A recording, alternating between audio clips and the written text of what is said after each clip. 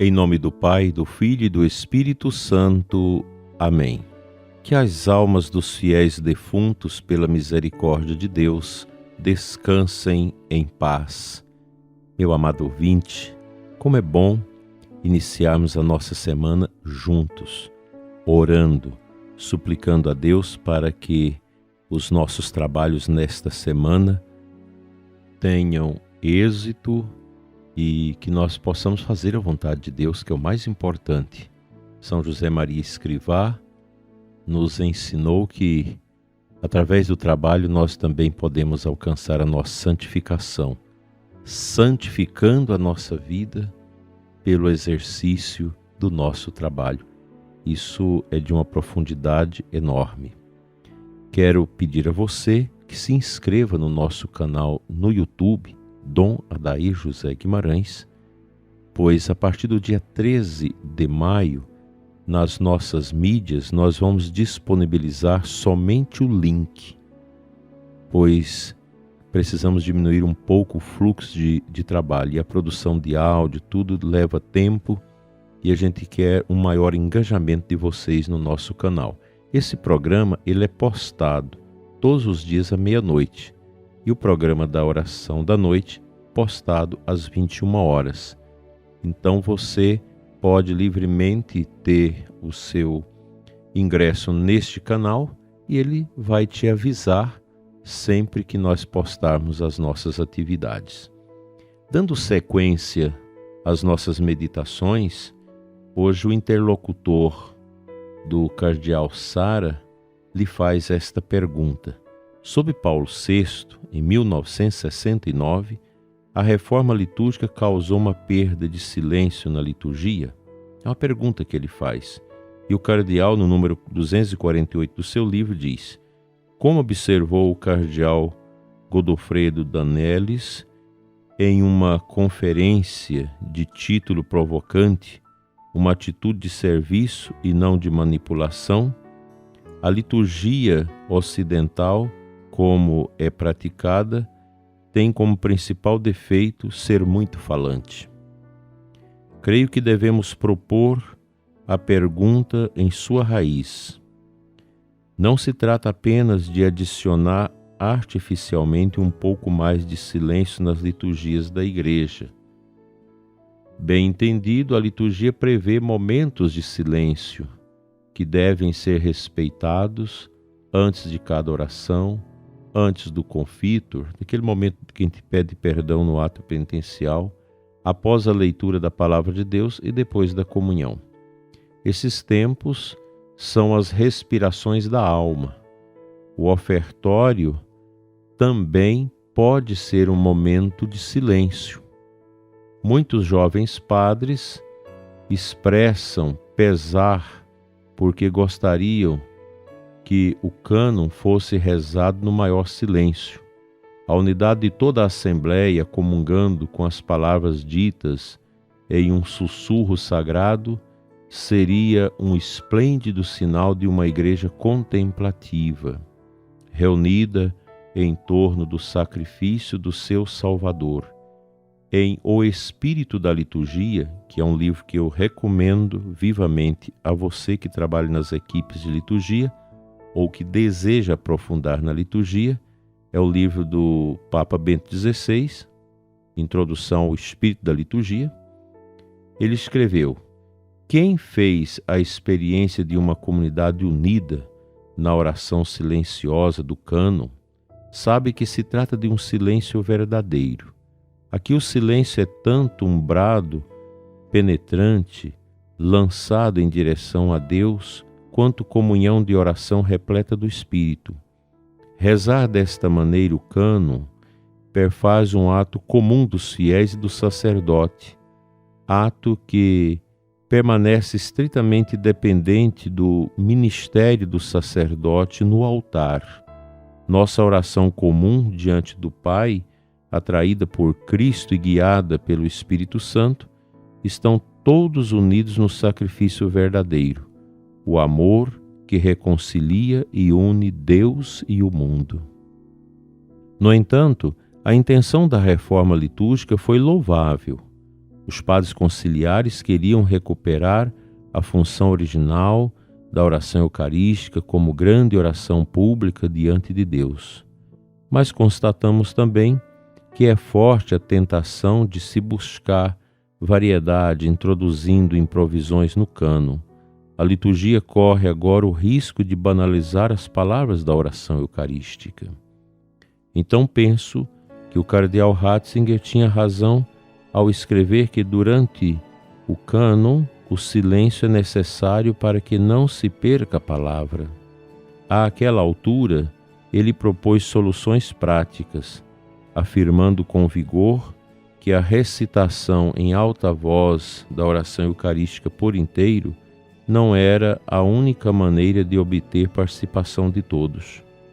Devemos trabalhar para uma solução mais equilibrada e aberta à possibilidade de espaços de silêncio nesse domínio.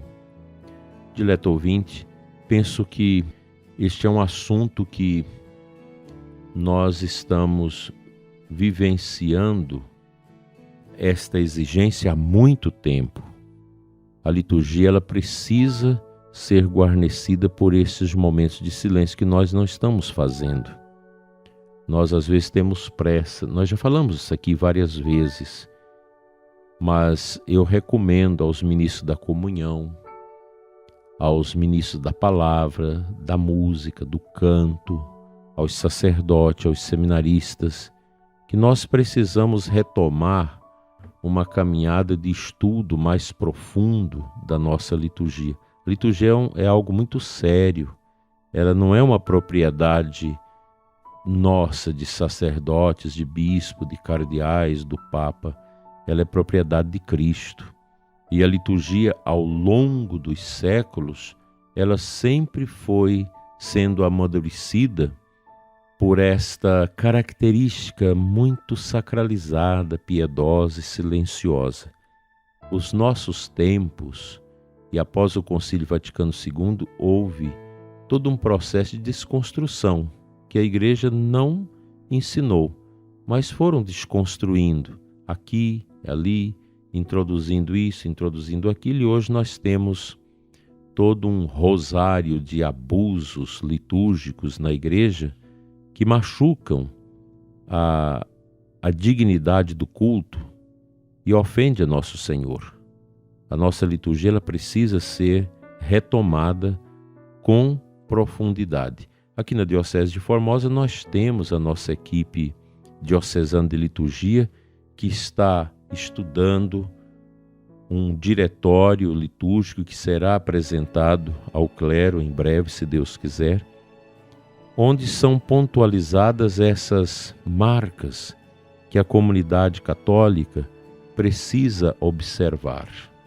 Com respeito, com amor, a liturgia é um campo sagrado que nós precisamos ter grande devoção, grande responsabilidade para entrar nesse campo.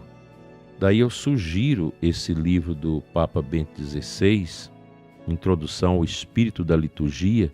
Tem nas liturgias, nas edições CNBB, a gente encontra esse material acessível, um preço mais razoável.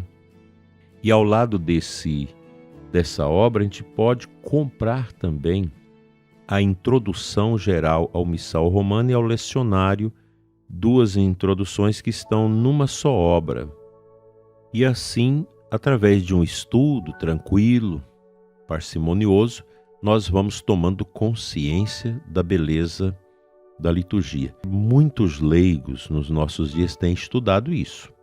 Hoje nós temos leigos, até jovens, que conhecem mais a liturgia do que nós sacerdotes, porque estão estudando, aprofundando os ensinamentos do magistério, o catecismo da igreja, que tem uma parte enorme só sobre a liturgia, além de comentar sacramento por sacramento.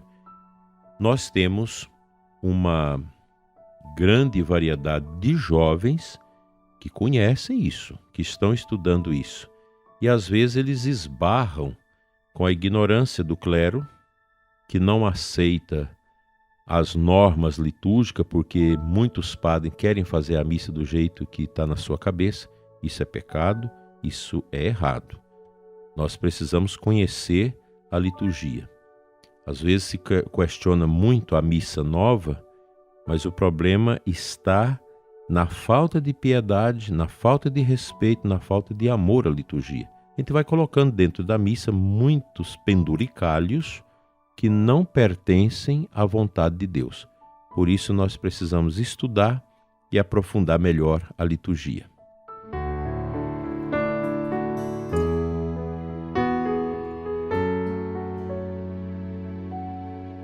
O Santo Evangelho da missa de hoje é de João 6, 22 a 29. Os últimos 2 versículos da passagem. Então perguntaram: que devemos fazer para realizar as obras de Deus? Jesus respondeu: a obra de Deus é que acreditemos naquele que Ele enviou. Quem Ele enviou? Jesus. O próprio Jesus proclama essa verdade. Então a nossa meta é levar as pessoas a crer em Cristo. Mas eu, para me tornar um bom evangelizador, um bom catequista, um bom coordenador de serviços de pastorais na minha paróquia, eu preciso estar cheio de Deus, cheio de Cristo, para levar o amor dele aos outros. Um pai de família, uma mãe de família precisa estar cheio de Cristo para formar os seus filhos para Deus.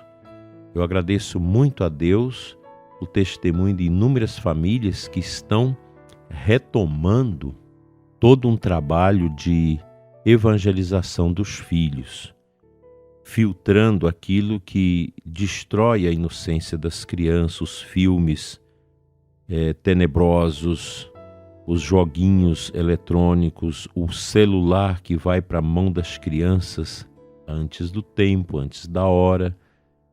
Nós precisamos investir na formação dos nossos filhos. O mundo está de cabeça para baixo. A gente sabe disso. Todo esse movimento de desconstrução do cristianismo, da fé, de ostensiva perseguição à Bíblia Sagrada, à Igreja Católica em todos os cantos da terra, aqui no Brasil também. Isso já é muito forte nas mídias, muito forte na revolução cultural marxista, que a todo custo tenta quebrar esse verniz, esse sulco conservador que conserva, que guarda a doutrina e as verdades da fé. Então a família precisa investir muito na formação dos filhos, porque são as crianças de hoje bem formadas que daqui a algum tempo vai ajudar a trazer as coisas para o eixo da verdade.